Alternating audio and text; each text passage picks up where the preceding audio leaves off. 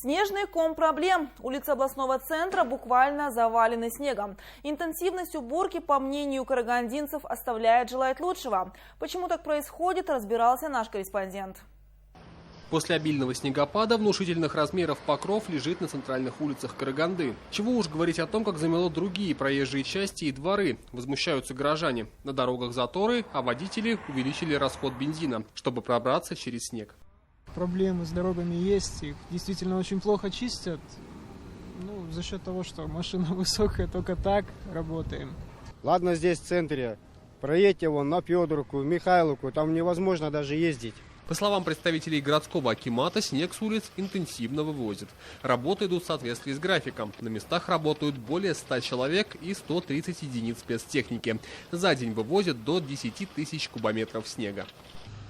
От жителей действительно много нареканий имеется. Подрядными организациями проведена работа по увеличению выхода техники. Работа ведется, продолжается в данном направлении. Вывозится круглосуточно снег, и днем, и ночью в двусменном режиме производится работа. Тем не менее, горожане работу комслужб видят едва ли, а осадков с начала года выпало немало. Ожидается ли еще обильный снегопад, рассказали синоптики. Касаемо 17-18 числа мы ожидаем снег на большей части территории с метелями. На большей части территории также усиление ветра 15-20 метров в секунду.